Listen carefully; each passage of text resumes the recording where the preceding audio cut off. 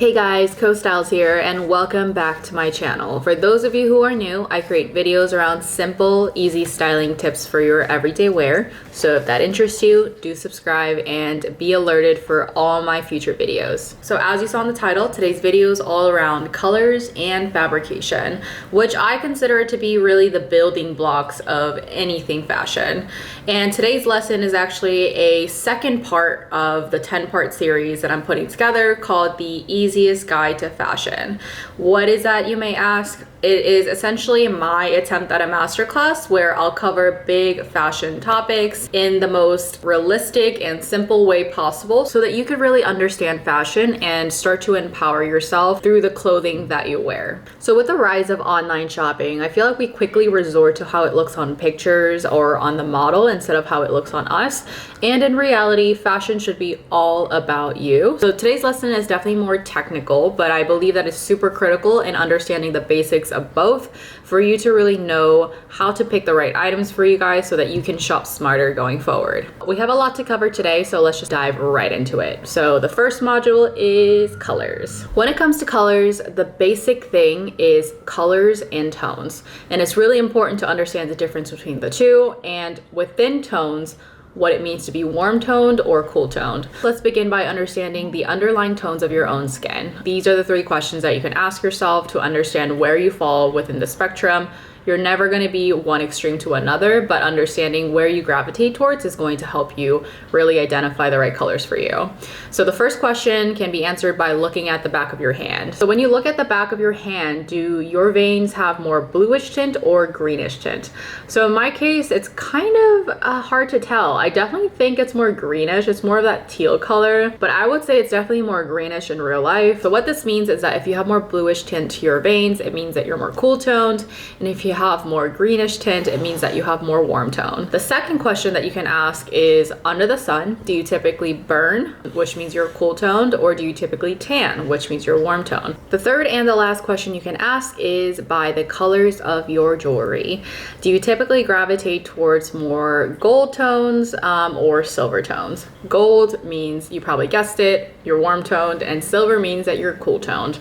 This last question is definitely more subjective, and for someone who is indecisive like me, I have both. So I think the first question and the third question wouldn't have really helped me, but the second one really was like a true teller for me. So I think it's just taking all 3 questions in totality and seeing where you kind of fall in between. So now with those 3 questions, we now understand the underlying tones of our skin color. So when it comes to colors, the general rule of thumb is to keep like with like. The thing is, tones can vary even within the same skin color. There is a range of tonalities that can exist within the same or skin color. But here's also where it gets a little hairy. On the screen right now, you're going to see an example in which the shade of brown is shown in 2 representation of cool toned and warm tones. Brown is known to us as sort of this warm color. Even within that color, there's a range of tonalities that we can really layer with to bring out a different appearance. In reality, there's an influx of resources out there for you, whether it be, actual fashion resources from magazines and social media, but there's also like non-obvious inspirations like artworks, book cover cases, pillowcases, or an agenda cover. And designers who do that for a living have really done their own research to pair these items together and colors together. So the likelihood is that they're under the same tones and colors and palettes. So you really don't have to reinvent the wheels and start anything from scratch and get your inspirations from the world around you. Another tip that I want to share is to have a reference person. And by that, I mean having someone who is photographed often, aligns with your personal style, and also has very similar physical traits as you. I don't think you should necessarily have this one person that you always go to, but having that reference person that you can really get inspirations from who are similar to you, I think it's just easier to apply that back to your own self because you guys share so many physical traits.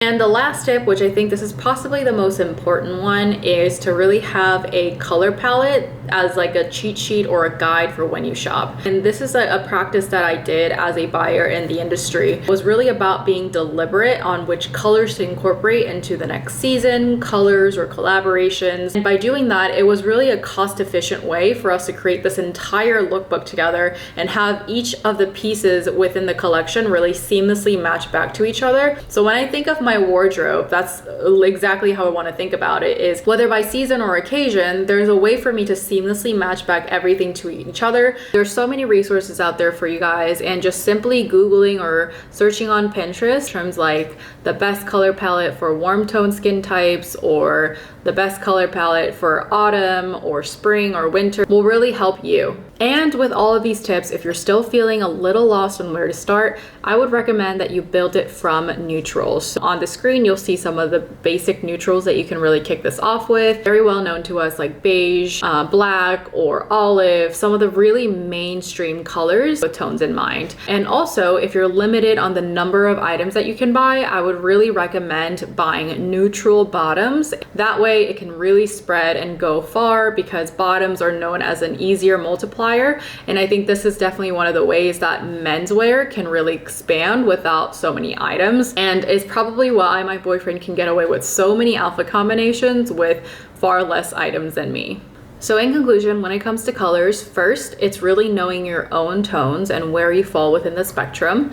Second, it's getting inspirations from the world around you and not limiting yourself to only fashion when it comes to color pairings. Third is to have a cheat sheet or a guide around color palettes that you can easily reference on your next shopping trip or when you're pairing different outfits together.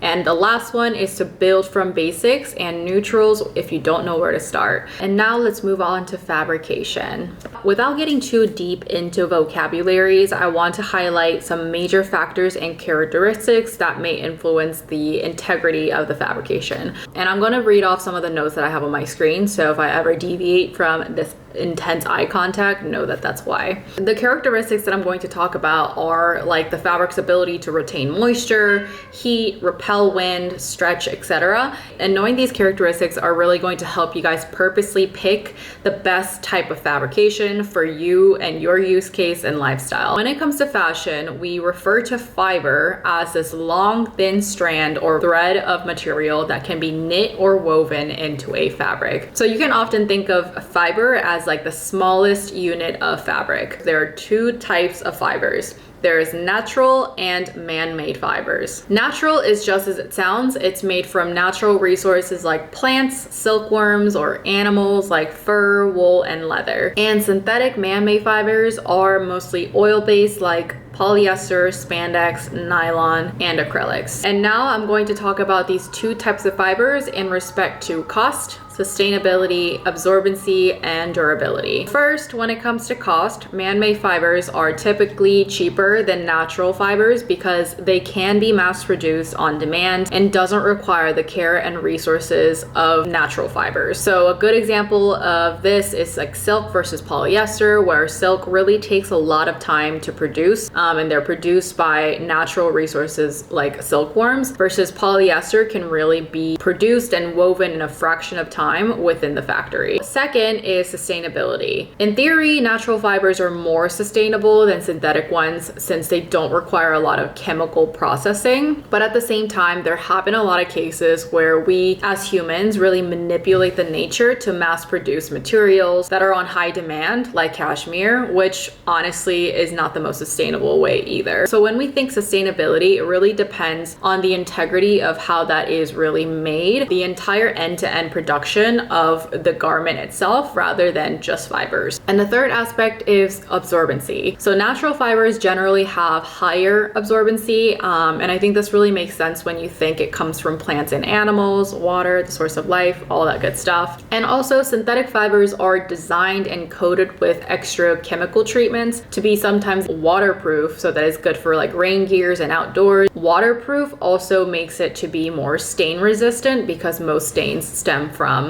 water-based stuff. And the last thing is durability. durability. When it comes to durability, we really can't beat what Mother Earth built herself. So natural fibers are really built to last. On the topic of durability, as the fiber is the smallest unit of fabric, these fibers are then twisted together to form a yarn. A yarn is probably something that you're most used to seeing, and then that yarn is then used to construct the fabrics. So the fun fact here is the inability for the fiber to really keep it together and retain its shape through friction is exactly the reason why certain fabrics are more prone to pilling versus another. And when you look at fabric content labels, it's likely the case that you're gonna see a mixture of one or both categories, which in my opinion is the most optimal for wear, because they usually take the best traits of both synthetic and natural fibers and combine them into the fabrication. And I actually put together sort of like a cheat sheet on some of the major fibers that you'll come across,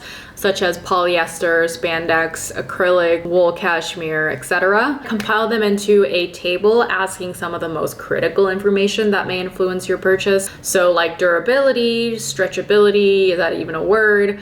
Is it water resistant? Does the color stay over time? Is it breathable? Is it wrinkle prone? Does it shrink after wash? And I also noted some of the best uses for those fibers. So next time you go shopping, definitely use this as like a cheat sheet or a guide so you can better inform yourself on fabrication. When it comes to fabric, as I mentioned before, those yarns construct the fabric. There are two ways to construct the fabric. One is woven and the second is knit. And the main difference is that woven is interlacing the yarns and the knit is interlooping the yarns. As you can imagine, there's so many variations of both patterns. So an example of explaining the relationship of fiber to fabrication is polyester is a specific type of fiber useful in making fabric, whereas satin is a specific type of weave. Woven typically has less stretch compared to knit based on its structural integrity. A good well-known example or use case of woven would be like tote bags, aprons, blue denim. Woven tends to retain its shape well, but it's also then prone to wrinkle. The knit, on the other hand, has a little bit more give and is more stretchy, so it's used for things like socks, shirts, undergarments. So all in all, when it comes to fabrication, it's not only important to pay attention to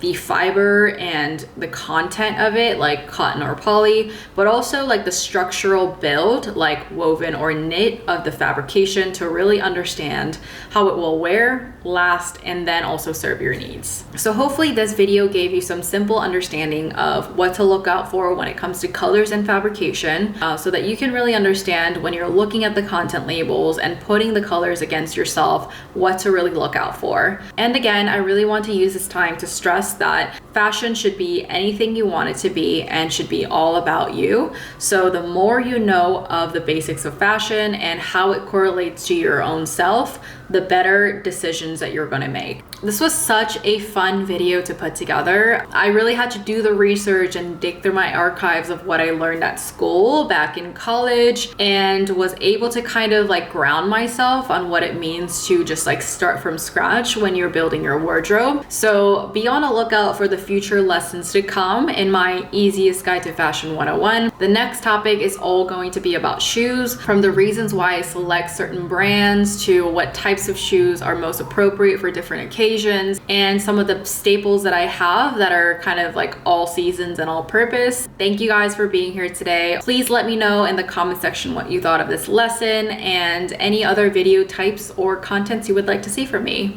And with that, I'll see you guys next time. Bye. Mwah.